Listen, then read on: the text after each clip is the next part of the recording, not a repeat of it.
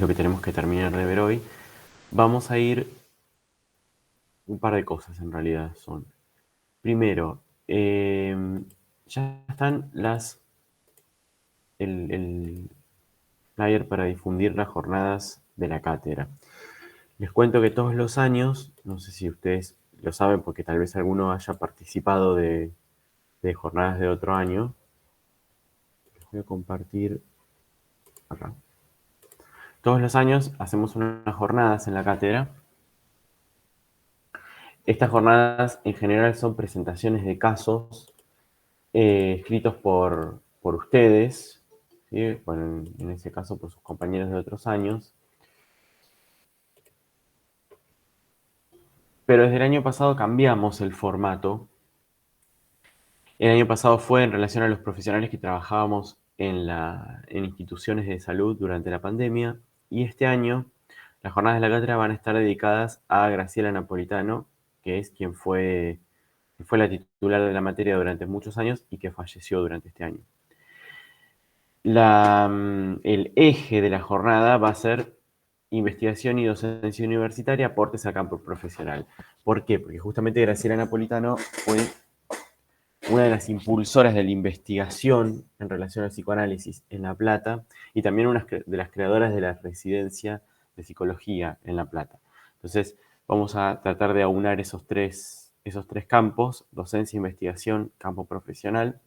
Y lo que ustedes van a ver una serie de mesas donde hay docentes, ex residentes, investigadores vinculados a Graciela Napolitano, algunos de la cátedra actualmente, otros no. Las jornadas van a ser el lunes 25 a las 18 horas y tienen que mandar un mail a esta dirección. Igual esto va a estar todo en el Moodle. Tienen que mandar un mail a esta dirección para que les den el acceso. Van a ser, por supuesto, virtuales las jornadas. Van a durar estas 2 horas y creo que va a haber 2 mesas, me parece, por el momento. Bien, eso por una parte. Por otra parte, me olvidé decirles la otra vez que nosotros tenemos un libro, ¿ven? Que es este, que está en el repositorio de la universidad. Este libro lo sacamos hace unos años, se llama La psicosis en Freud. No es esto para agregar bibliografía obligatoria, ni mucho menos, nada de este libro es obligatorio para que ustedes lean, pero sí me parece que algunos de los capítulos del libro los pueden orientar, los pueden ayudar en algo de lo que estamos viendo en esta unidad. Fíjense que es todo un libro que escribimos desde la cátedra dedicado a la psicosis en Freud. Les voy a mostrar el índice. Son capítulos bastante largos. Lo voy a agrandar. Ahí está. Fíjense que, bueno, tienen uno sobre construcción y oposición entre neurosis y psicosis. Hay uno sobre caso Sheber, ¿sí? Que me parece que los puede ayudar y orientar en estos prácticos que estamos teniendo. Hay uno sobre especificidad de mecanismo, que es algo de lo que vamos a ver hoy hacia el final de la clase. Espero que lleguemos. Y después, bueno, hay uno sobre angustia hipocondríaca, si les interesa profundizar en ese tema. Nos vamos a volver a encontrar con los fenómenos hipocondríacos cuando trabajemos introducción del narcisismo en la clase que viene. Y después hay 2 sobre melancolía, que en general es un tema bastante complicado y que ayuda a tener una orientación. Vamos a ver de la melancolía también la clase que viene.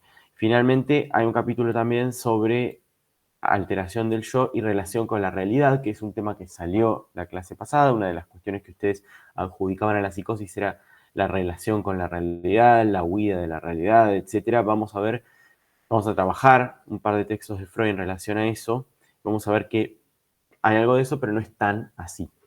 ¿Sí? Bueno, tienen este libro, pueden descargarlo y leer algunos de estos capítulos si piensan que los puede orientar o si tienen algunas dificultades con alguna de estas temáticas en particular. Bien, vamos entonces les muestro antes que nada el cronograma. ¿Por qué? Porque les recuerdo que nosotros estamos acá, ¿sí? Estamos un poquito adelantados, vamos a tratar de terminar con Sheber hoy, espero que podamos, y vamos a arrancar con fenómenos elementales, pero lo que hoy vamos a hacer de fenómeno elemental va a ser simplemente trabajar la entrevista de Primo que hizo Lacan, la presentación de enfermos de Primo. No vamos a entrar en la teoría de los fenómenos elementales todavía. Eso lo vamos a hacer a partir de la clase que viene, ¿sí? Hoy, si terminamos el caso Scheber, ya les adelanto que para la clase que viene hay que leer Introducción del Narcisismo y Duelo y Melancolía, ambos textos de Freud, ¿sí? Pero eso en el caso en el que terminemos el caso Scheber, que espero que así sea. Bueno, vamos a... ¿Están viendo el pseudo falso pizarrón? ¿Están viendo eso? Sí. Bien, perfecto. Bueno, habíamos dejado a Scheber en el estallido de la enfermedad, con todos estos síntomas que acá habíamos listado, que habíamos discutido, sobre todo síntomas en el cuerpo, también una creciente actividad alucinatoria, de la que no teníamos noticia, ¿sí? Porque el paciente no nos dice qué es lo que sucedía en esos momentos, pero sí esto llega a un punto máximo de estupor alucinatorio. Es decir, un paciente totalmente centrado, ¿sí?, en su propia vida interna de las alucinaciones. Esto lo habíamos encontrado en un autor de los que nosotros habíamos visto, y ese autor le había dado un nombre a este... Juan, perdón que te interrumpa. Hay dos Sí, compañeras diciendo si podrías dejarlas ingresar a la... sí. Bueno, decíamos que tenía un nombre, este repliegue en la vida interior. ¿Cuál es el nombre que le han dado en la psiquiatría? ¿Autismo? Autismo, muy bien. ¿Se acuerdan del concepto de Bleuler? El autismo era esto, un repliegue hacia la vida interna. ¿Sí? Bueno, fíjense que este proceso de la enfermedad avanza hasta el punto máximo de ruptura con la realidad. ¿Sí? Schreber está totalmente volcado a su vida interna, a sus alucinaciones y a las experiencias estas que está viviendo en el cuerpo y que no tienen explicación. ¿Hiperestesia va con C o con S? Miren las cosas en las que pienso. Va con S, ¿no? Sí, va con Sí, va con ese. Sí. Bien, bueno, ahí está. Bueno, lo particular de Schreber entonces es que no se detiene ahí el proceso de la enfermedad. Schreber sale de este estupor alucinatorio, sale de este repliegue, sale de este primer momento de ideas hipocondríacas y de desregulación de todo el cuerpo, ¿sí? Desde las funciones fisiológicas hasta la relación con el tiempo, el espacio, sale de ese momento. Y sale de ese momento a partir de la construcción de una idea, ¿sí? Del desarrollo de una idea o de ciertas ideas, primero un poco silvanadas, que después se van organizando. Si esa construcción de ideas es lo que nosotros, ya tenemos este concepto, ya lo vimos, es lo que llamamos delirio. Vamos a dividir el delirio de Schreber en dos partes. Vamos a comenzar viendo cuál es el delirio inicial de Schreber, a ver si lo pudieron ver en el... porque hay muchas idas y vueltas en la exposición de Freud. Pero, ¿cómo comienzan? ¿Cómo comienza el delirio? ¿Cuáles son las primeras ideas que tiene Schreber? Era la idea de que el médico lo quería abusar. Exacto. Entonces, el paciente sale del estupor alucinatorio pensando que el médico, que era Flechsig, ¿sí? El doctor Flechsig va a abusar de él. Podríamos decir, es una parte central del delirio. Ahora, hay algo más en el delirio. No es solo la cuestión de que el doctor va a abusar de él. Y de que todo, por supuesto, lo que le estaban haciendo, la internación, etcétera, tenía que ver con que este doctor Flechsig quería abusar de él. Había algo más. Sí, decía lo del almicidio. Bien, se iba a perpetrar un almicidio. Almicidio es una palabra inventada por él, ¿sí? Que parece que está vinculada al asesinato de las almas. Algo de eso, muy bien. Pero había algo más. Algo que ya estaba en el primer momento de la enfermedad.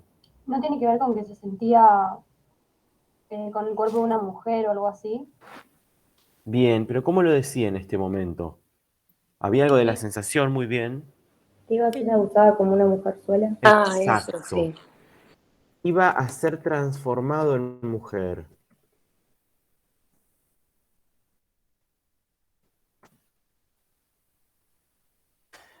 ¿Para qué iba a ser transformado en mujer? Para que el doctor Freshin abusara de él, ¿sí? En una mujerzuela, muy bien esto que dijeron. En una mujerzuela. ¿De dónde nos viene la palabra mujerzuela? Esto lo tiene en la página 19 y lo tiene en la página 142. A este primer contenido del delirio que iba a ser transformado en mujer para que el doctor Fletching abusara de él. Se iba a perpetrar un homicidio, ¿sí? Iba a abusar y después iba a dejar que su cuerpo, medio muerto, se empezara a podrir, ¿sí? Iba a dejar su cuerpo tirado para que se empezara a podrir. Imagínense lo angustiante para una persona de vivir esto, ¿sí? Lo doloroso que es para una persona vivir pensando que van a hacer esto. ¿Sí? Fíjense que hay un primer momento entonces de la enfermedad sumamente inefable, sumamente enigmático, donde él no sabe qué pasa en su cuerpo y después empieza a entender que lo que está pasando en su cuerpo es esto, que está siendo transformado en mujer para que el doctor Fletching abuse de él y después deje su cuerpo podrirse mientras perpetra este homicidio, este asesinato de su alma. ¿De dónde sacamos la palabra mujerzuela?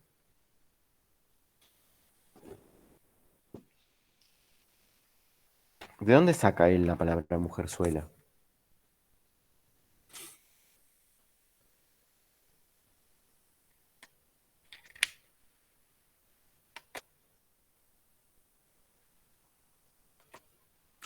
De la alucinación, ¿sí? Las alucinaciones persisten. Bueno, las alucinaciones persisten en este momento de la enfermedad, pero ahora él puede decir el texto de las alucinaciones, puede reconocer qué es lo que están diciendo esas voces. No se trata de experiencias absolutamente enigmáticas e inefables. Ahora, estas experiencias, esto que las voces dicen, tiene un significado, tiene un sentido. Obviamente el sentido es horrible porque le gritan Luder, que significa mujerzuela. Roña también significa, ¿sí? Son injuriantes.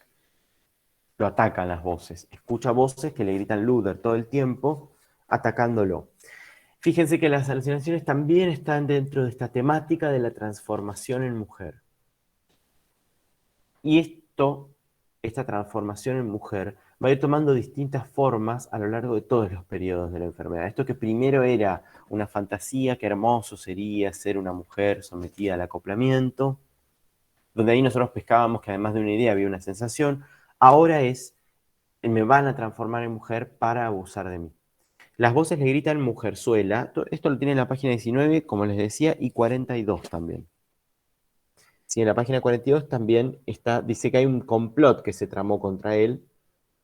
De esta manera se tramó un complot contra mí que paró en esto. Luego de que hubiese reconocido o supuesto que mi enfermedad era incurable, se me entregaría un hombre, de tal suerte que le daría mi alma y en cuanto a mi cuerpo, modado en un cuerpo de mujer, sería entregado al hombre en cuestión para que cometiera abuso sexual.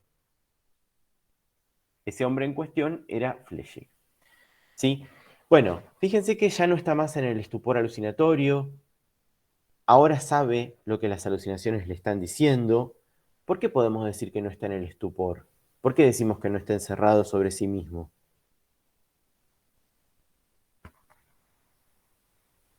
Y en principio porque habla de las alucinaciones.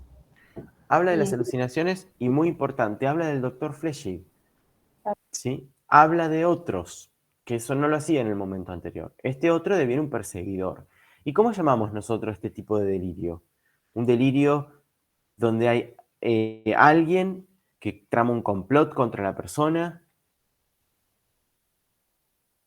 Y un delirio de persecución. De persecución, muy bien. Entonces, este primer momento del delirio son ideas de persecución. El contenido es persecutorio. Bien, tenemos esta idea, tenemos lo que pasa con las alucinaciones. ¿Qué sucede con el cuerpo en este momento? No decía del orden de sensaciones de mujer por lo de las fibras, la Bien, voluptuosidad. muy bien, aparece la voluptuosidad. El cuerpo ya no es un cuerpo solamente, porque esto es un proceso, obviamente, no es un cambio de un momento para el otro, pero el cuerpo no es solamente un cuerpo que se está desarmando. Ahora es un cuerpo que además tiene una serie de nervios femeninos. Él siente que sus nervios son nervios femeninos, que estos nervios sienten como mujer. Esto lo tiene en la página 31. Estos nervios sienten como mujer y le otorgan una voluptuosidad, es decir, una serie de sensaciones satisfactorias, sexuales, ¿sí? Desde el punto de vista femenino.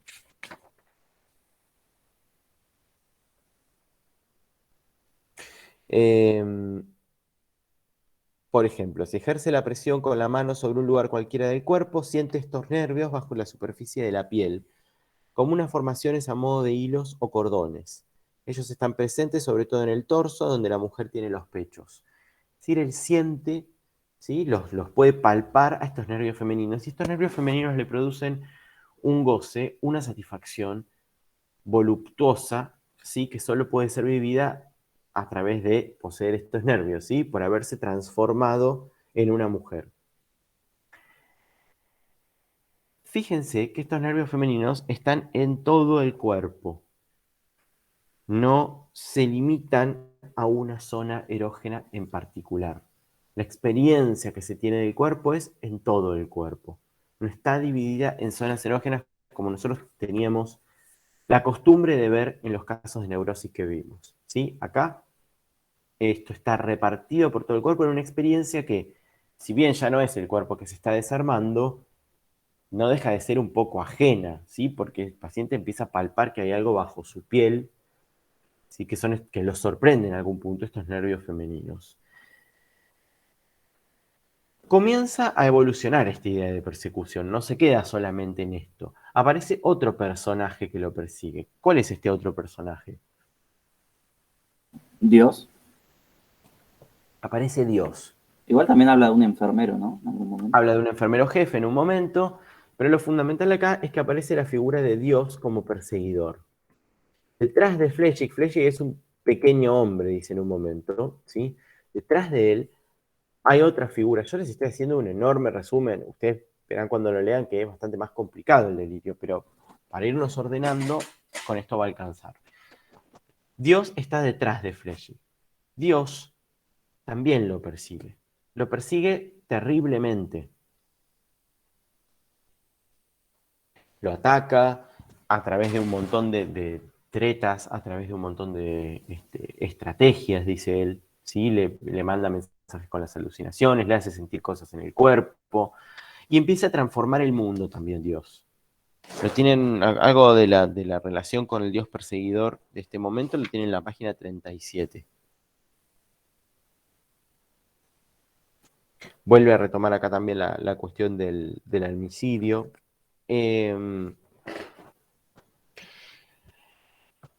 Profe, Dios tengo mismo era el preguntas. cómplice, perdón, sino el maquinador de un plan dirigido contra él.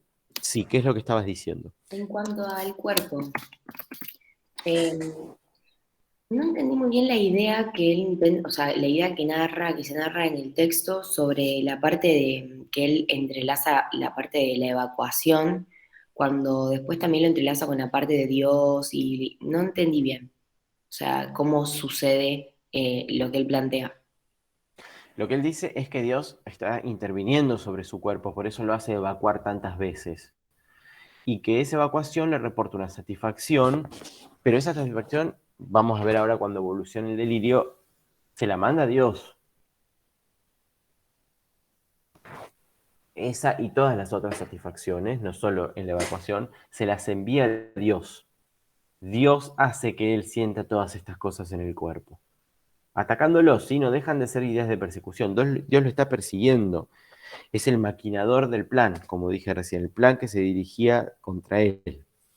Eh,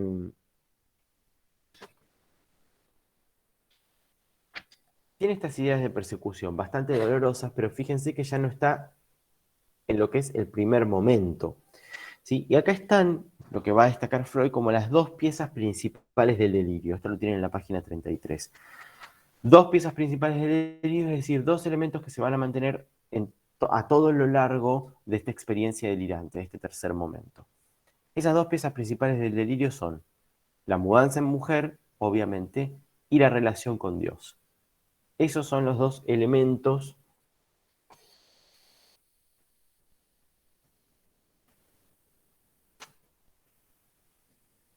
que nosotros vamos a ver transformarse a lo largo del delirio. Lo que ustedes tienen que poder captar es que el delirio no es estático, ¿sí? Y que el delirio cambia. Y este cambio se produce en estas dos piezas principales.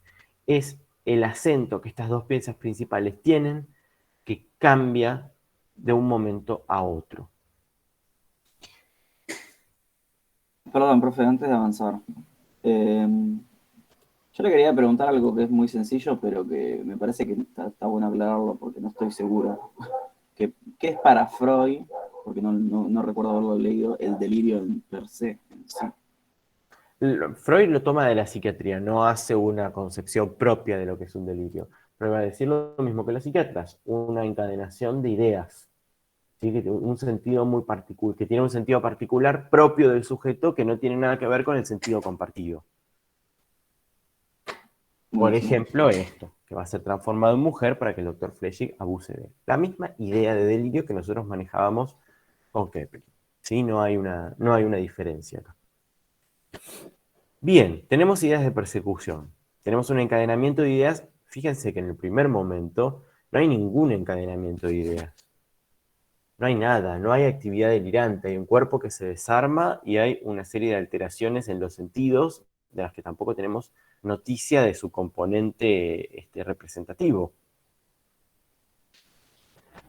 En este tercer momento, ¿sí? Aparece el encadenamiento de ideas, que van a intervenir la relación con el cuerpo. En algún punto la van a ordenar. Las alucinaciones ya no dicen cualquier cosa. Las alucinaciones le dicen mujerzuela. El cuerpo ya no se está rompiendo, el cuerpo se está transformando en un cuerpo de mujer. Y están apareciendo elementos del cuerpo de mujer como estos nervios femeninos. Esa transformación del cuerpo además está ligada a cierto orden que tiene que ver con Dios, transformándolo en mujer, ¿sí? Para abusar de él, tanto Flechig como Dios. Bueno, el delirio cambia de sentido. La idea de Freud es que hay dos momentos en este delirio y el delirio obtiene un nuevo sentido, ¿sí? Que ya no es, deja de ser un delirio de persecución. Antes de que el delirio cambie, a ver si lo pescaron, pasa algo. Se llega a un punto máximo de las ideas de persecución. ¿Cuál es ese punto máximo al que se llega? No sé si es eso de que no le permite defecar, no creo. No.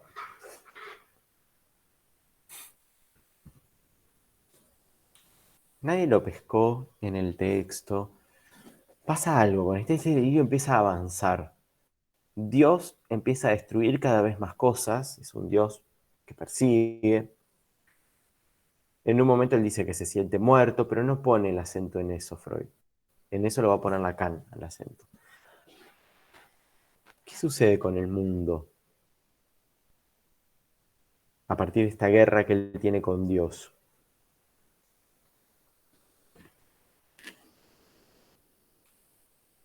No dice que él era como la criatura, no me acuerdo, como que él era la única criatura viviente, algo así. Muy bien. Él era la única criatura viviente que quedaba. Exactamente. Solo él quedaba vivo. En otro momento dice que él muere en este momento, pero Freud pone el acento en que solo él queda vivo. Dios solo lo dejó vivo a él. ¿Por qué? ¿Qué pasa con el mundo? Decía que Dios no atendía a los vivos, sino que solo trataba con los cadáveres. Lo trataba con los cadáveres y entonces ¿qué hizo Dios para tratar con los cadáveres?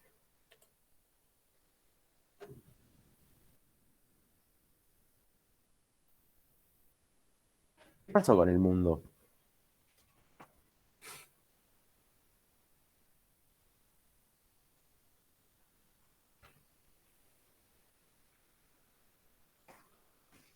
Lo tiene en la página 63 y en la página 64. Tenía la convicción sobre una gran catástrofe, un sepultamiento del mundo. Es decir, Dios llega tan lejos, la persecución de Dios contra él, que en un momento Dios destruye todo el mundo. Como solo puede tratar con muertos, Dios destruye el mundo. Es lo que Freud va a llamar fantasía de fin de mundo. Perdón, de catástrofe o de sepultamiento del mundo. De fin de mundo lo dice en Introducción del Narcisismo.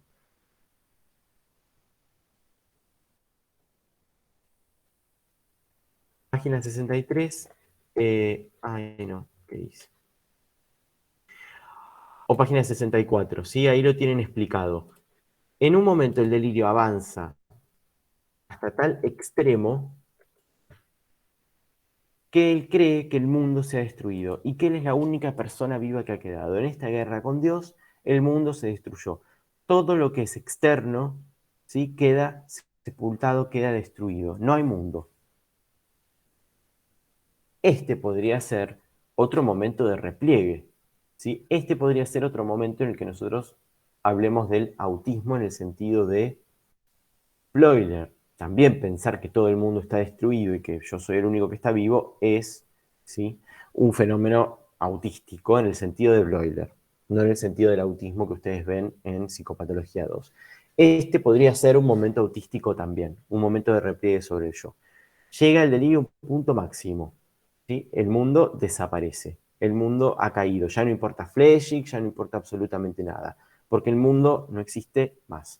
Lo que él ve son imágenes que pone Dios de gente como si estuviera viva, pero en realidad el mundo ha sucumbido. En la página 64 está lo que yo les decía, que Freud habla de que el mismo sujeto murió por momentos, ¿sí? Pero lo importante para entender lo que Freud va a explicar acerca del mecanismo en la paranoia es que ustedes entiendan que en este momento el mundo queda destruido para él. Bueno, hasta acá llega el primer momento del delirio. Tanta persecución de parte de Dios, tanta hazaña contra él, ha destruido todo el mundo. ¿Y qué sucede después de eso?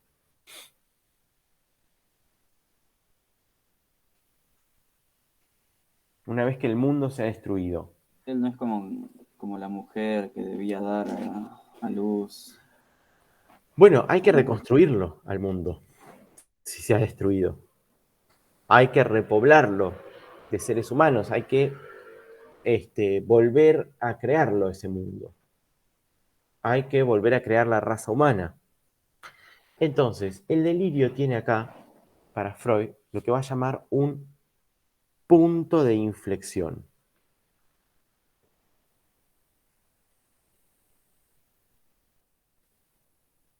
Un punto de inflexión es un momento donde el sentido del delirio cambia.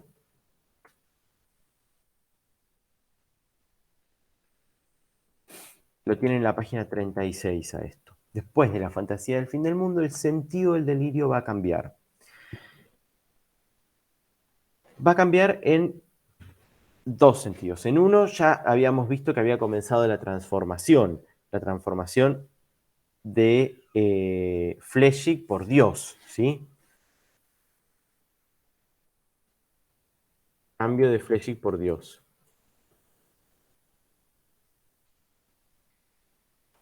Y por otro lado, va a cambiar algo más.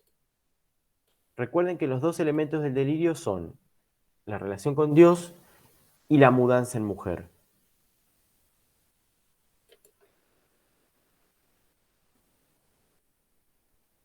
Obviamente Dios ya no lo va a perseguir. ¿Y qué sucede con la mudanza en mujer? La acepta. ¿Por qué la acepta? Muy bien.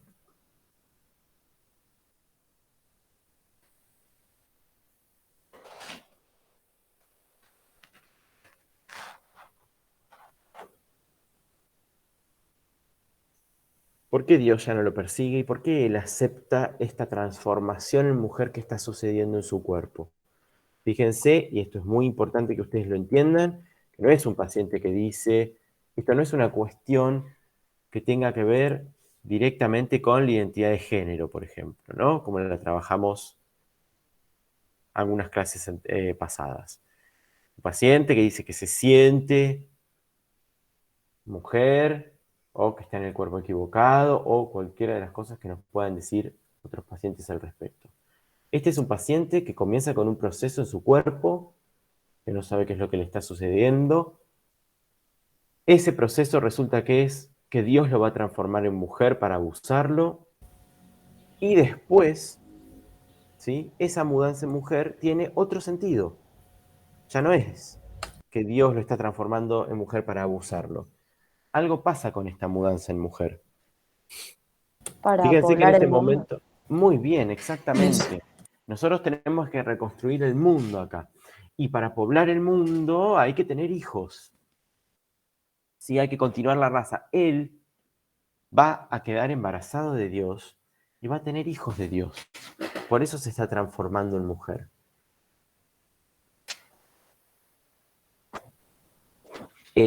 Acá hay una palabra de Schreber que es reconciliación. Una palabra importante.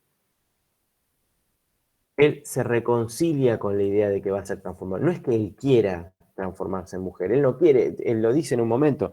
Yo preferiría seguir siendo hombre, dice. No es que yo quiera mudarme en mujer, es que me estoy transformando en una mujer y me estoy transformando en una mujer porque voy a ser la mujer de Dios, porque voy a tener sus hijos y así se va a repoblar el mundo que ha quedado destruido. Página 17, página 18, ustedes tienen bastante sobre esto. Este tipo de delirio tiene un nombre, no sé si ustedes lo encontraron, cuál es la temática de este delirio. ¿Es la manía de grandeza? Es la manía de grandeza, muy bien, y se llama delirio redentor.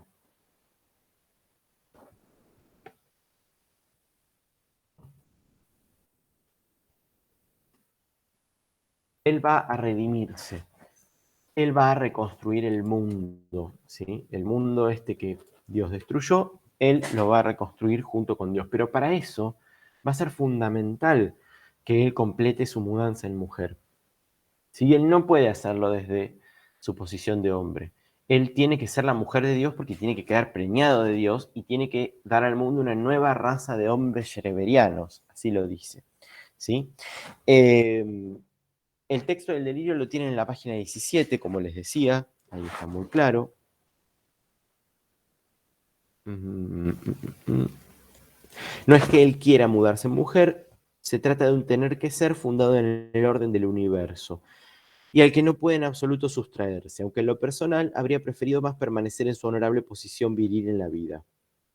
Pero él y el resto de la humanidad no podrían reconquistar el más allá de otro modo que por medio de una mudanza en mujer, a través de un milagro divino que quizás lo aguarde solo después de transcurridos muchos años o aún decenios. Junto con esto, él va creando ya no solo palabras sueltas, sino un lenguaje nuevo, ¿sí? Él va inventando un lenguaje nuevo para expresar todas estas experiencias que él está teniendo. El lenguaje común no alcanza para expresar todas estas experiencias, necesita un nuevo lenguaje y lo va inventando.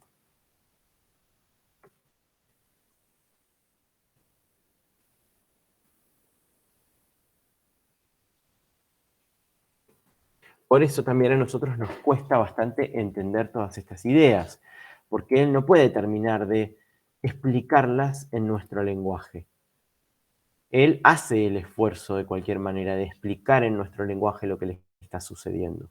Sí, pero esto se explica con este lenguaje que él llama lengua fundamental o lenguaje fundamental, que permite mucho más fácilmente explicar lo que le está sucediendo en su cuerpo. ¿Y qué pasa con el cuerpo en este momento?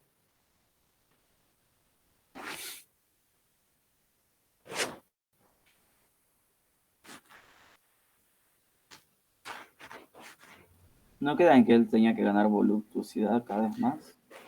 Cada vez más voluptuosidad, muy bien. Y esta voluptuosidad ahora no es una voluptuosidad vinculada a que le están haciendo algo malo, sino que está vinculada a lo que se llama goce de la bienaventuranza.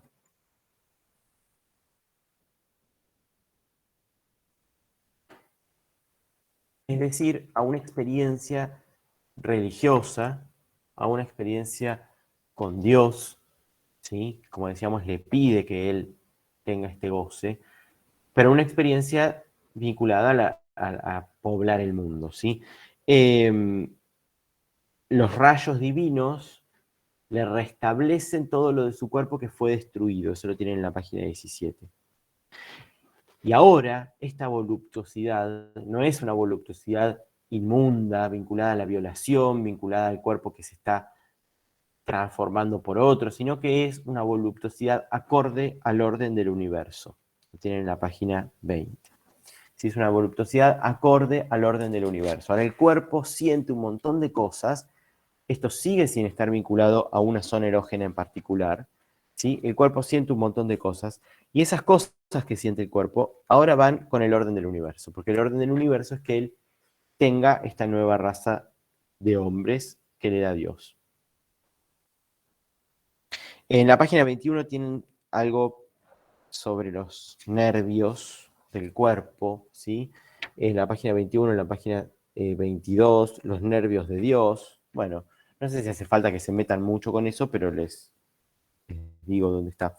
En la página 31 y 32 también tienen sobre esto.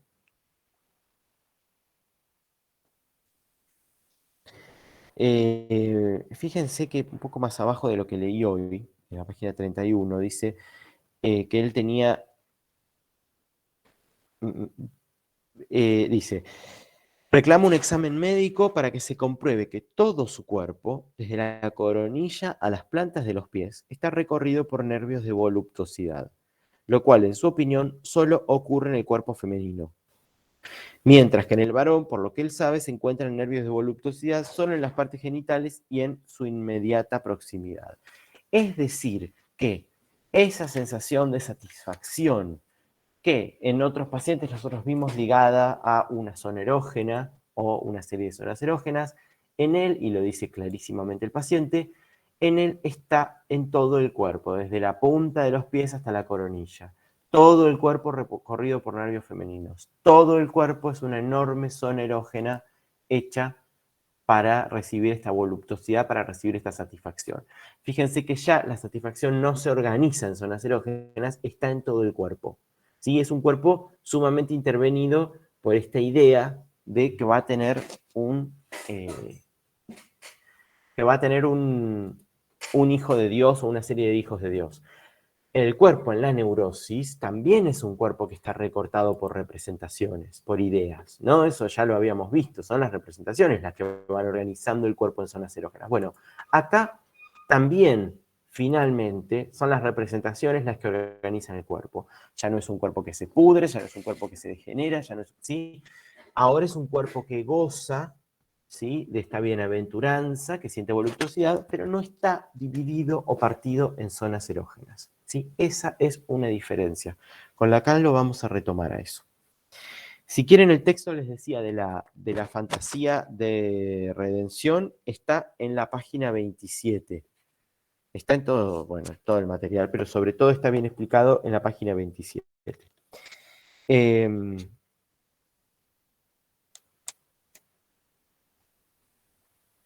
De las pericias médicas, uno habría podido inferir que en Scheber se asistía a la forma corriente de la fantasía del Redentor. Sería el Hijo de Dios, llamado a salvar al mundo de su miseria o de la ruina que lo amenaza. En este caso, él va a transformarse en la mujer de Dios, no solo en el Hijo. Y un poco más adelante, en la 28, habla de la bienaventuranza, si quieren como tener más información al respecto. Bien, ¿cuándo se va a cumplir esto? ¿Cuándo va a tener él los hijos de Dios y va a repoblar el mundo? ¿Cuándo va a pasar? ¿Cuándo sucederá?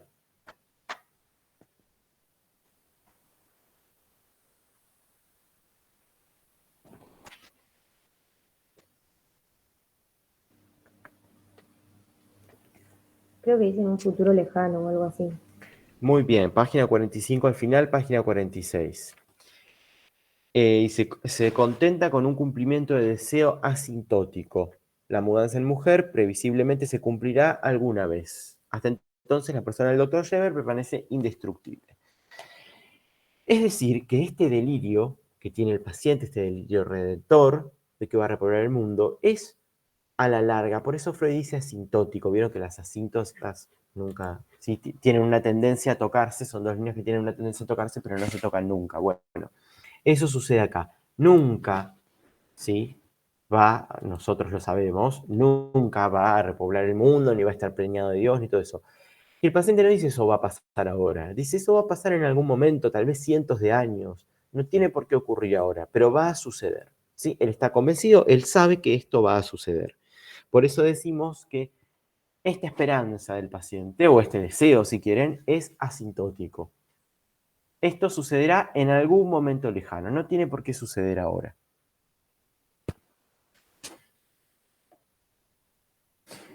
En la página 45, Freud le va a dar el nombre de delirio de grandeza a estas manifestaciones. Bueno, pero nosotros habíamos dicho que no terminaba acá la cuestión. Yo hablé de un restablecimiento, de un cuarto momento después de esta transformación en el delirio, de un cuarto momento donde el paciente se restablece. ¿Y qué quiero decir yo con restablecimiento? A ver qué pudieron pescar. ¿Cómo termina este paciente después de ese delirio?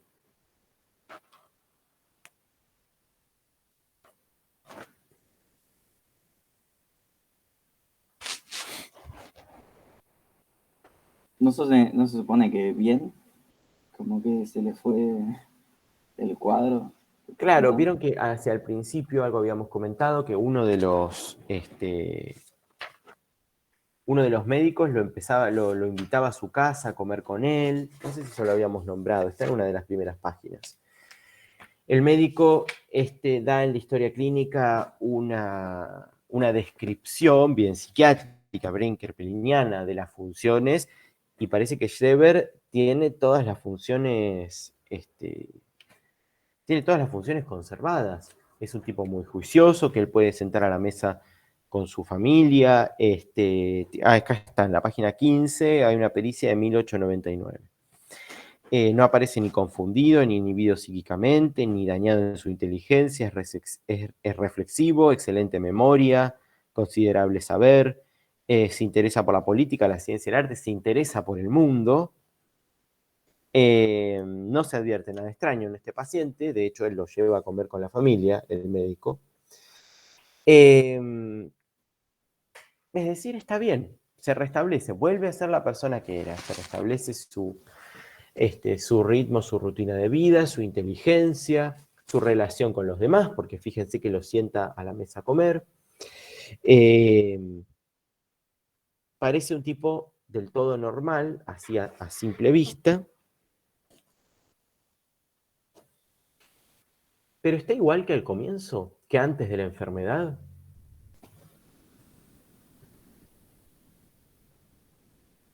¿No? Todas las funciones están conservadas. ¿Pero qué permanece de todo esto? Podríamos decir que el delirio está como consolidado. Bueno, el delirio permanece, muy bien. El restablecimiento, entonces, ¿sí? Las funciones están conservadas.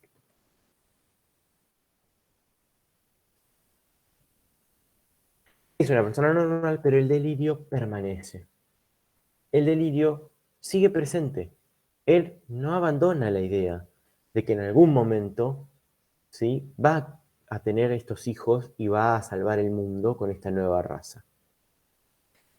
El paciente, imagínense este paciente internado en un manicomio, un paciente que tiene todas las funciones conservadas y que la única particularidad que tiene es esta idea. Es un paciente que no tendría por qué estar en un manicomio. Entonces lo que él hace es escribir toda esta experiencia. De hecho, el material que Freud usó fue esa escritura, la escritura de la biografía o de la experiencia de Schreber. Como habíamos dicho la vez pasada, él escribe toda esta experiencia para ser liberado, para que lo saquen del asilo. Y de hecho, por orden judicial, lo terminan sacando del asilo porque realmente es una persona que está muy bien. ¿Sí? Permanece entonces la idea del delirio redentor.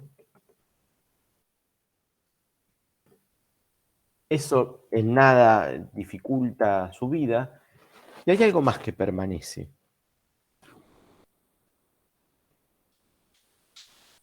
La idea de ser una mujer cuando se Bien, viste frente al espejo.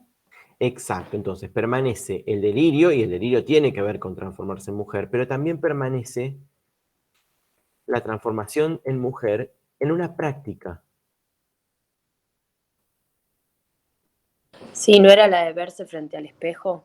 Exacto, de verse frente al espejo y verse con un torso femenino, ¿no? Se ponía collares, etc. Se adornaba con collares. Con collares femeninos, ¿sí?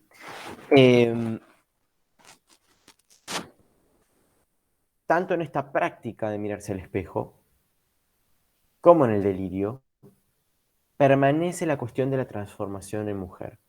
Eso no desaparece.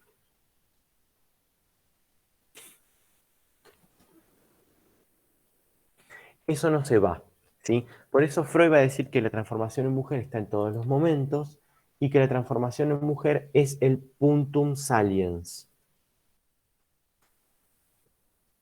Es decir, el punto sobresaliente, página 21, lo que abarca, lo que sobresale de todos los momentos, lo que abarca todos los momentos y permanece incluso al final. Incluso en sus memorias, cuando él termina, cuando él sigue, él vuelve con su esposa, digamos, vuelve a restablecer su vida, pero él sigue pensando que hay algo en su torso que es el de una mujer y tiene esta práctica de mirarse al espejo y ponerse elementos femeninos. No se trata de que él quiera ser una mujer, ¿sí? Ya habíamos visto que no es algo que él quiere, es algo que tiene que suceder y que él lo acepta, porque acepta que eso es acorde al orden del universo y que va a generar, ¿sí? Va a restablecer el mundo. Bueno, este es el historial clínico del paciente. Estos son los momentos en los que nosotros podemos dividir su enfermedad. Freud llama su enfermedad. Vamos a ver que no todo esto es por Freud considerado enfermedad, que no todo esto es patológico, que hay un momento particular que es el patológico y el otro no. Y si ustedes estuvieron siguiendo el historial ya pueden adivinar, ¿sí? ¿Cuál es la causa del restablecimiento? ¿Qué es lo que hace que el paciente se restablezca? Pero vamos a vamos a llegar a eso. Vamos con el apartado 2, que es el apartado de la interpretación.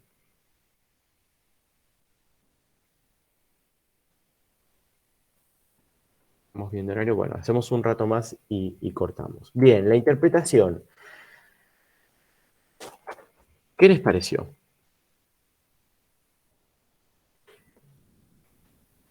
No decía mucho. No decía mucho. Ujú. En realidad dice bastante. Sí, Lo dice que pasa es mucho que y parece como muy forzado. aparece muy forzado. Vamos a ver qué es lo forzado. ¿Por qué nos da esta Porque Freud siempre tiene interpretaciones que uno se queda medio, ¿no? Pero parece que en este caso, ¿no? Tienen este plus de forzamiento casi excesivo. La idea de Freud con esto es la misma idea que Freud exponía en la conferencia 16. ¿Sí? Un psiquiatra podría establecer toda la evolución de la enfermedad, ¿sí? Sobre todo si era un psiquiatra kepliniano el que agarraba esto, porque bueno, Kepler le interesaba mucho la evolución de la enfermedad, podría explicar también, podría mostrar, mejor dicho, todos los fenómenos, describirlos muy bien, mejor que Freud incluso, pero la psiquiatría no explicaba los fenómenos. ¿Se acuerdan que nos habíamos quedado con eso en la conferencia 16? La psiquiatría era como la anatomía y el psicoanálisis vendría a ser como la histología. Explicaba cómo estaban compuestos estos fenómenos. Entonces, el interés de Freud acá va a ser explicar estos fenómenos. Estos fenómenos tan extravagantes, estos fenómenos tan bizarros, tienen un sentido para Freud. Entonces, Freud lo que va a tratar de hacer es darles ese sentido que hasta ahora no lo tienen. Hasta ahora nosotros hicimos no hicimos un análisis de la enfermedad, solamente expusimos los distintos momentos. Bueno, Freud va a analizarlo. Como dice en la página 21, hay que hallar método en la locura, ¿no? Para él hay una lógica en toda esta locura que despliega Schreber y hay que restituirla, hay que restituir ese sentido para que podamos entender qué pasa.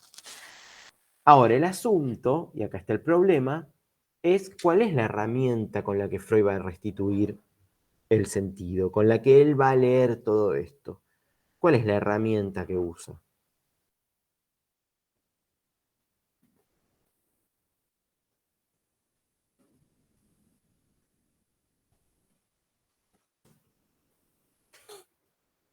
Este, podríamos decir, es el objetivo. Analizar, explicar, restituir el sentido. ¿Cuál es la herramienta que Freud tiene en juego? Piensen en la herramienta que usaba Freud con la neurosis. ¿Desde dónde interpretaba todo en la neurosis? ¿Desde dónde interpretamos todo en la neurosis? Desde el padre, desde el complejo de Edipo. Desde el complejo de Edipo, desde el complejo paterno, ¿sí? Entonces la herramienta freudiana es esa.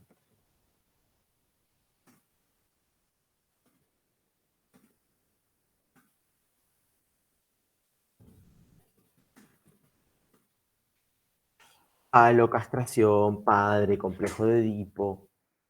¿Sí? Esos son los elementos que tiene Freud para interpretar. En la página 52,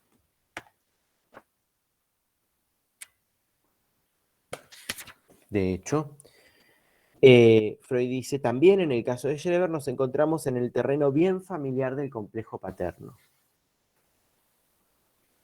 Bueno, re que no, diríamos nosotros. Hoy vamos a ver con Lacan por qué no. Incluso vamos a ver cuando vayamos avanzando en la lectura de Freud que no es tan así. ¿Sí? Con Lacan definitivamente vamos a ver que no es así, pero bueno, Freud piensa inicialmente que nos encontramos en el terreno bien familiar del complejo paterno. Entonces esa va a ser la herramienta que él va a usar para interpretar. De ahí que nosotros vamos a sentir un forzamiento que tal vez no sentíamos en los otros casos.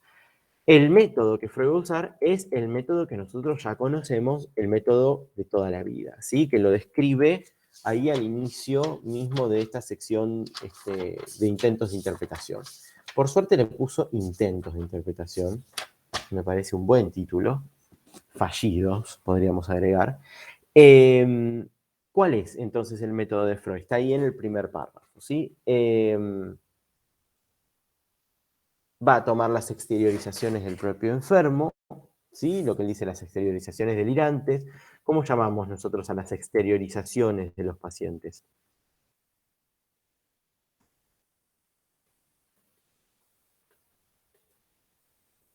Síntomas, delirios. ¿Cómo llamamos a eso? Los fenómenos, ¿sí? Va a tomar los fenómenos que están en juego. De los fenómenos va a ir al ocasionamiento, desde las ocasiones, dice acá, a raíz de las cuales contrajo la enfermedad. De ahí va, entonces, vamos a tomar los fenómenos, el malestar de los pacientes, y vamos a ir al ocasionamiento. ¿Cómo llamamos nosotros al ocasionamiento? También desde Freud.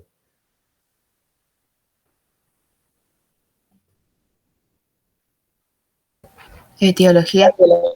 No todavía. Es parte de la construcción etiológica, pero nosotros le damos un nombre particular a esto.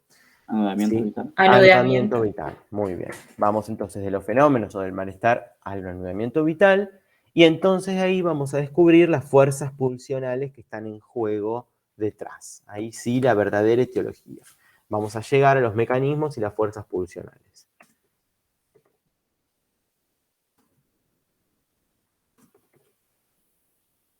Como ven, Freud no cambia nada de lo que hace con los otros pacientes con Schreber. No produce ninguna modificación con respecto al análisis de Dora, al análisis del hombre de las ratas, ¿sí? Al análisis freudiano de siempre. Bien.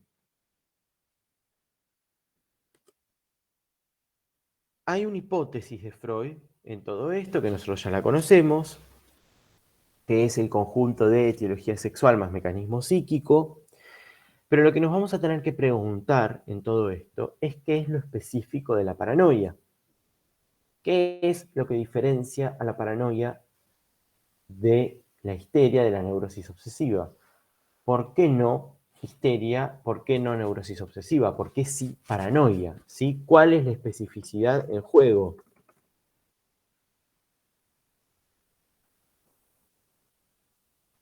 El mecanismo. El mecanismo, bueno, es una posibilidad, ¿sí? ¿Cuál sería la otra posibilidad? Porque mecanismos son dos. ¿Cuáles son los mecanismos? De defensa y de formación de síntomas. Defensa y de formación de síntomas. O sea que podría ser el mecanismo de defensa, podría ser el mecanismo de formación de síntomas. Vieron que en lo que a nosotros nos permite diferenciar neurosis obsesiva de histeria, no es el mecanismo de defensa, que es el mismo, no es la etiología sexual, que es la misma, sino que es el mecanismo de formación de síntomas, ¿no? Que es distinto en los dos casos. En uno es la conversión, en el otro es el falso enlace. Bueno, y en la paranoia podría ser entonces el mecanismo de defensa, podría ser el mecanismo de formación de síntomas, podría ser la etiología sexual también, ¿no? Podría ser la etiología la diferencia. Freud va a sostener y va a defender para la psicosis, para toda la psicosis, la etiología sexual como causa. En esto se opone ¿a quién?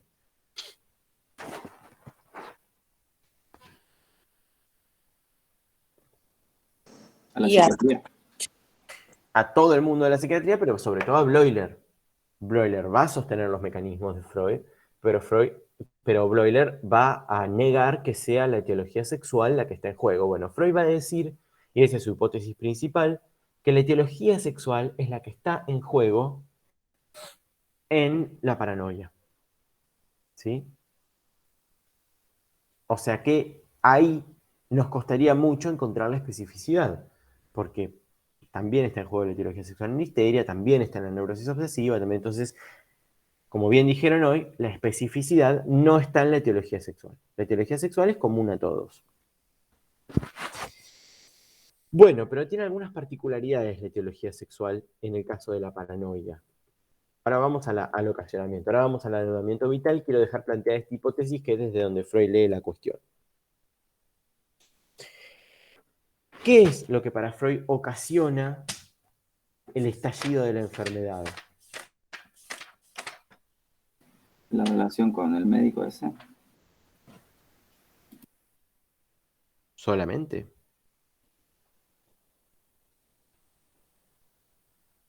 La hipótesis, podemos decir, alguien está hablando muy bajito.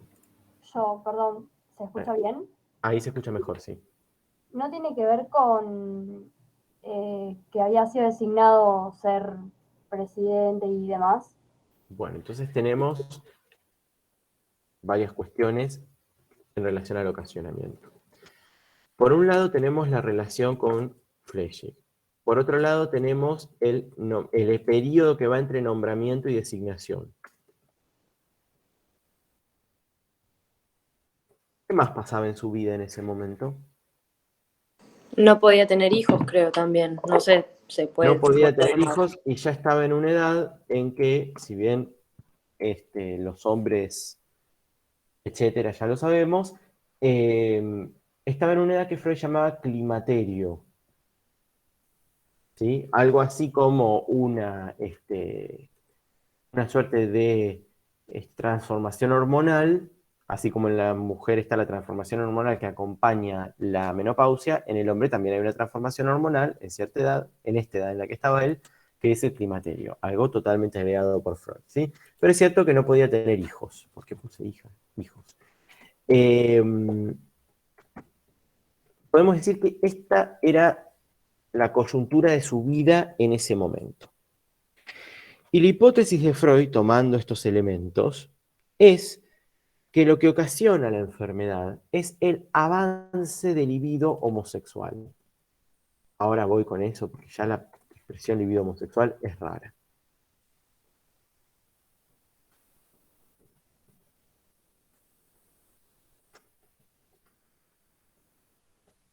Lo tiene en la página 41 esto. La página 43 dice que el avance de la libido homosexual es la base de esta enfermedad de Sheber. La base de la contracción de la enfermedad de Sheber. Es el estallido de una emoción homosexual. Es decir, que en la cuestión de la etiología sexual, para este paciente, después Freud lo va a extender a todos los casos de paranoia, para este paciente, lo que ha sucedido, un paciente que era manifiesto heterosexual, tenía una mujer, buscaba a sus hijos, etc. Pero lo que ha sucedido para este paciente, en este momento de su vida, y ahora vamos a ver por qué, y tienen que ver estos elementos que ustedes han situado del ocasionamiento, cierta colocación homosexual de la libido ha avanzado. ¿Cuál era la teoría de Freud respecto del objeto sexual? A ver si la recuerdan, de teoría psicoanalítica.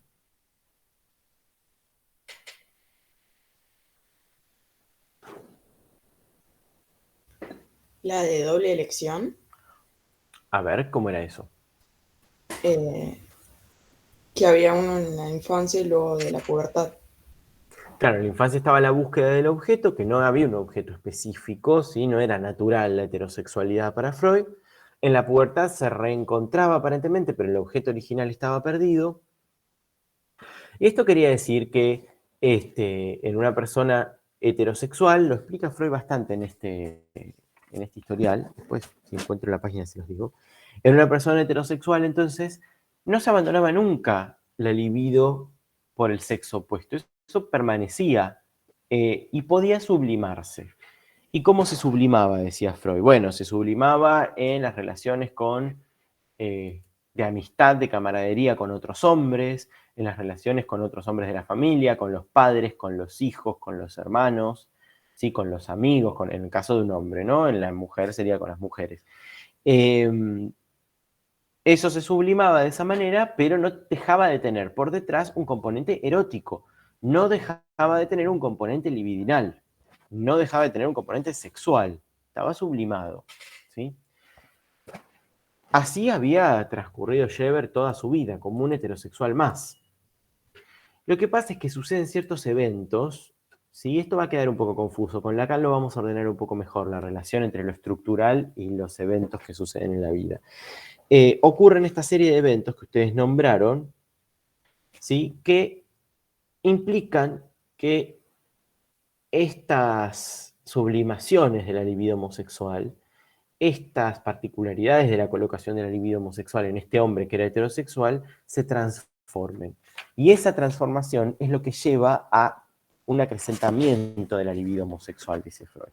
Acrecentamiento del empuje de esta libido homosexual. ¿Por qué al paciente le sobrevino ese estallido de libido homosexual en aquel tiempo? Se pregunta Freud. En la situación de transición entre el nombramiento y la asunción del cargo. Y acá es que él hace entrar este factor somático.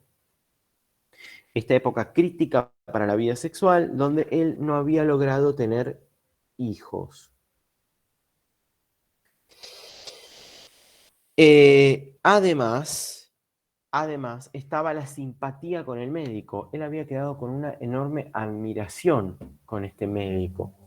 Y en ese momento, entre el no tener hijos, dice Freud, ¿sí?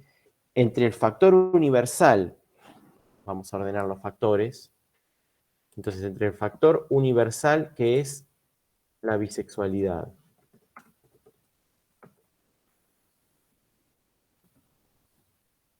como un componente de la sexualidad humana, y el factor ocasional, que es el factor somático para Freud,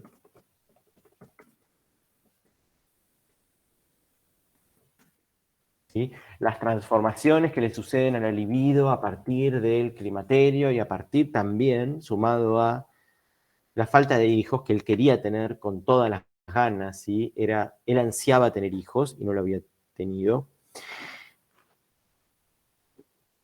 Y el papel de este Flechig, que vamos a ver qué es, porque hay que encontrarlo al papel de este médico, no es tan simple. Entonces están estos dos factores que contribuyen al estallido de la emoción homosexual en ese momento. Lo ocasional, la falta de hijos.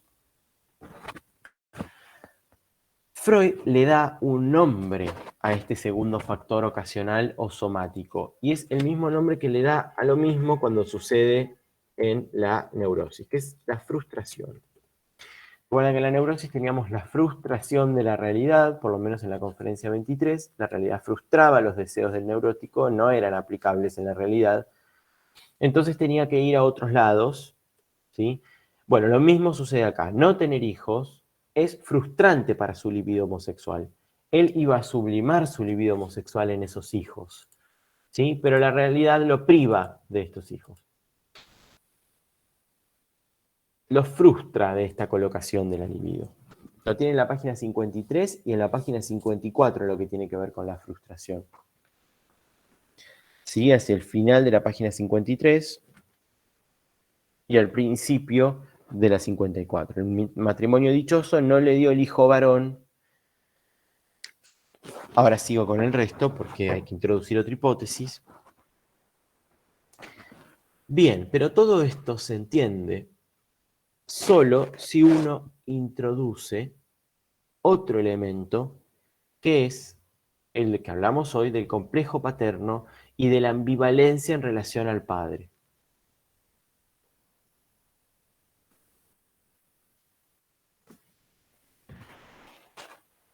¿Cómo introduce esto Freud? Freud dice, por ejemplo, en la página 40 se pregunta por qué Flechsig era el perseguidor. Bueno, dice, porque Flechsig tenía cierta simpatía erótica, el paciente, perdón, tenía cierta simpatía erótica con Flechsig. ¿Qué significaba esto? Que tenía una relación con este Flechsig que después va a tener con Dios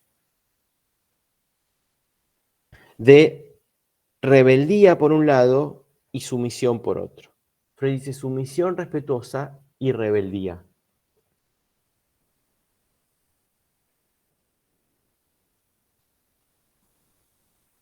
Esto lo extrae Freud del fenómeno del delirio, ¿sí? Es en el delirio donde Freud ve esto. Freud toma el delirio, agarra los elementos del delirio y dice, bueno, la relación de Schreber con Dios y con Flechsig es la misma relación que el niño tiene con el padre a la altura del complejo de Edipo. Es una relación de rebeldía, es una relación de rivalidad y al mismo tiempo es una relación de sumisión y de respeto ante la grandeza de ese padre, ¿sí? Entonces, Freud ve que en el perseguidor y en quien después va a ser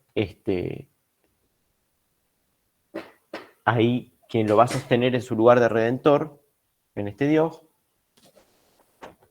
se copia o retorna, si quieren, para usar una palabra más freudiana, retorna la relación del sujeto con el padre. Acá, creo yo, es donde ustedes, a ver si me equivoco, díganme, empezaron a pescar la exageración de Freud, el forzamiento.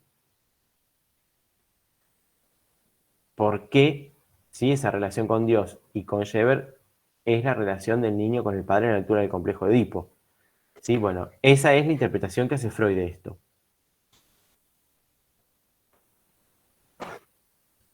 En la página 45 va a decir que esta fantasía homosexual pasiva del paciente tenía como objeto la persona del médico. Recuerdan que el complejo de Edipo era el complejo de Edipo positivo, como lo conocíamos, pero también tenía su contrapartida negativa. También estaba presente el amor al padre, y no solo el amor al padre, el amor sexual por el padre. ¿Sí? ¿Se acuerdan que Freud lo describe así? Hay un amor sexual por el padre en el complejo de Edipo. Bueno, ese aspecto del complejo de Edipo negativo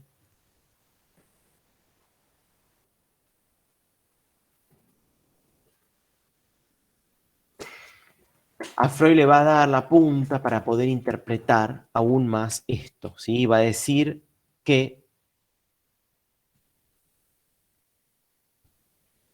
esa relación que el paciente tiene con Flechsig es una relación donde retorna este amor sexual por el padre sepultado en la caída del Edipo.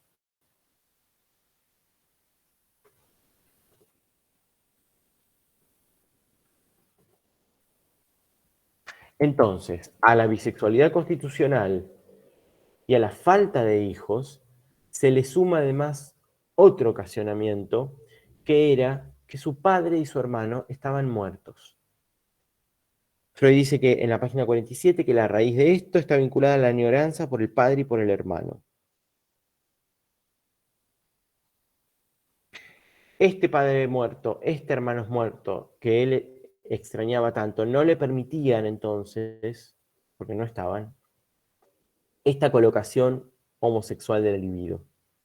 Entonces se veía atajado por todos lados en la realidad del paciente.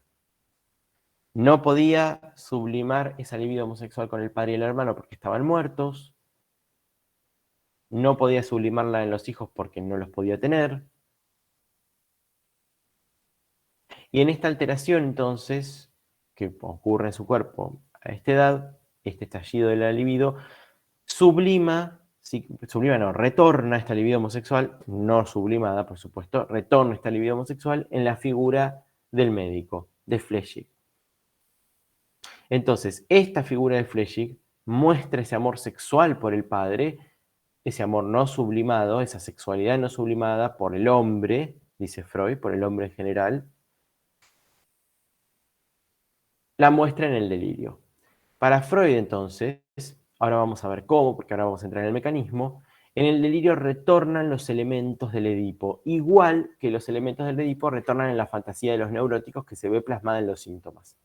¿Sí? Es igual que en una neurosis para Freud esto. Freud lo piensa de esta manera.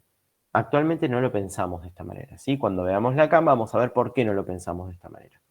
Pero para Freud, entonces, en el delirio retornan esos elementos edípicos. Cuando nosotros encontramos un síntoma neurótico, nosotros encontramos estos elementos edípicos. Vamos a la fantasía, encontramos estos elementos edípicos. En la neurosis obsesiva, en la histeria, ya lo hicimos a eso. Incluso en la fobia. ¿Sí? Es lo que estuvimos haciendo hasta ahora. Bueno, Freud va a hacer lo mismo con la psicosis.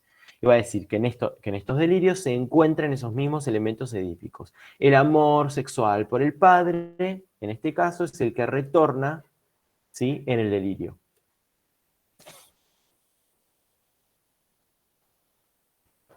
Y hace un intento de análisis de la relación efectiva con el padre. ¿Cómo era la relación del paciente con el padre?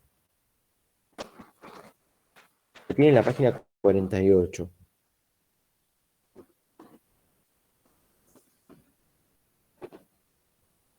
¿El padre era muy severo? El padre era muy severo, muy bien. Esto vamos a guardar esta información del padre era muy severo para pensar desde Lacan, cuando veamos cuestión preliminar, desde el Edipo lacaniano, ¿sí?, que a veces se entiende muy mal en relación a que tiene que haber un padre severo que ordene, ¿no? Se entiende esa cuestión normativa, pero fíjense que el padre de Scheber no solo era severo. ¿Qué más tenía el padre de Scheber? Se llamaba, uno de los nombres era Gottlieb, que era amor a Dios. ¿Sí? Era el segundo nombre del padre, era amor a Dios, Gottlieb. ¿Qué más tenía este padre que ejemplificaba con su nombre el amor a Dios? Era médico. Era médico, muy bien. Igual que Flechig, ¿sí? Igual que el personaje en el que retorna inicialmente este amor sexual. Era médico y ¿a qué se encargaba? ¿Qué rama de la... No era psiquiatra. ¿Qué hacía el padre? A la traumatología se dedicaba. A algo muy especial de la traumatología. Muy bien. ¿A qué? A corregir las espaldas con artefactos, no sé bien. Algo que él había inventado, un método que se llamaba gimnasia terapéutica. Gimnasia médica terapéutica, muy bien, era un método que con ciertos artefactos que parecían artefactos de tortura incluso, ¿sí? Eran artefactos como complejos. Miren, les comparto la imagen que puse en el Moodle, ¿ven? Acá hay dos chicas, ¿sí? Porque esta gimnasia terapéutica era sobre todo, tenía que ver con la crianza, con criar niños bien alimentados, acorde a la moral del momento, a las buenas costumbres y a la moral religiosa del momento, y que además tuvieran un desarrollo corporal óptimo. La idea era tener niños que tuvieran buenas posturas, ¿sí? Para que se desarrollaran de la mejor manera. Fíjense que esta chica está como atada acá, con un palo para que esté derecha, ¿sí? Acá esta otra tiene una especie de corset, no sé si lo llegan a ver bien, capaz que se agrande un poco. ¿Sí? Y está estos banquitos Y los donde tiene que banquitos en los apoyar. pies también para... Si ustedes lo buscan, claro, exactamente, si ustedes lo buscan en Google, van a salir un montón de imágenes de la gimnasia terapéutica porque se hizo muy famoso este Schreber, Schreber padre. Se hizo muy famoso con esta gimnasia que había inventado, que era todo un método de crianza. ¿Por qué? ¿Cuál era la idea de Schreber padre? Mejorar la raza. ¿Sí? Freud acá pescó muy bien este elemento. Mejorar la raza. Crear una raza, fíjense que era Alemania de finales del siglo XIX, principios del siglo XX, ya estaba la cuestión racial, de la superioridad, ¿sí? De la eugenesia. Y la idea entonces era mejorar la raza para este Schreber padre. Entonces había hecho una serie de publicaciones y una serie, además de lugares, creo que eran jardines y colegios, y sí, que se habían fundado, y fundaciones, etcétera, para implementar todo esto, para mejorar la raza a través de las posturas, a través de la moral, a través de la alimentación. Freud dice, y acá la pifia, que este era entonces un padre admirable, admirable como un dios. ¿Cómo no considerar a Dios un retorno del padre si este padre era casi un dios para el sujeto? Bueno, Lacan va a decir otra cosa en relación a la severidad de este padre y el afán de este padre por crear una raza, por mejorar una raza. Va a decir cosas bastante distintas a las que dice Freud. Entonces, el ocasionamiento, podemos decir, se da en la conjunción de todos estos elementos. Pero el principal elemento que toma Freud, ¿sí? Fíjense que no es tanto el nombramiento y la asunción, ¿sí? Aunque lo toma Freud, para Freud es un factor el nombramiento a ese puesto. Lacan lo va a tomar mucho más, sino, sobre todo, el no haber tenido hijos. El no haber tenido hijos, el no poder ser él el padre, el no estar él en ese lugar, lo deja en un estallido de libido homosexual. Solo vamos a tomar esto de la interpretación de Freud. Todo lo de los pajaritos que son muchachas y todos esos elementos de la interpretación, salténlos, no sirven para nada. Vamos a tomar estos elementos y después los vamos a contrastar con lo que Lacan va a decir del papel del padre en la psicosis. Lacan va a decir cosas muy distintas. Freud dice lo mismo, en algún momento incluso dice que para las otras neurosis. O sea que para Freud todavía la paranoia, todavía la psicosis no está estructuralmente diferenciada de la neurosis. Sí lo va a estar cuando veamos los últimos textos de pérdida de realidad, de neurosis y psicosis, ahí sí. En este momento todavía no. Lo importante es que ustedes entiendan este ocasionamiento, sí. No me termina de quedar bien en claro lo de la especificidad de la paranoia. No sé si lo dejaste No, ahí. todavía no, todavía no ahí dijimos va. cuál era. Digo, Dijimos me que quedé no está en colgada. la etiología sexual. Perfecto. Que si bien la etiología sexual tiene sus particularidades, porque ahora vamos a ir a ver cuáles son, pero ya avance del libido homosexual, y él lo piensa para todos los casos de paranoia, el avance del libido homosexual, eso no está en la neurosis, ¿sí? En la histeria o en la neurosis obsesiva, no de esa manera. No es lo específico de la paranoia, porque la etiología sexual, Freud la marca siempre, digamos, en todos los casos. No es lo específico de la paranoia. Entonces, bueno, podemos hacer una pausa o un recreo dejando con esa pregunta. ¿Qué va a ser lo específico de la paranoia? Y ahí es donde vamos a ir al apartado 3, que es el apartado acerca del mecanismo psíquico. ¿Sí? Son y 25. ¿Les parece que hagamos una pausa hasta menos 20? O sea, nos tomamos 15 minutos de pausa y volvemos con este tercer apartado, ¿sí? Bien.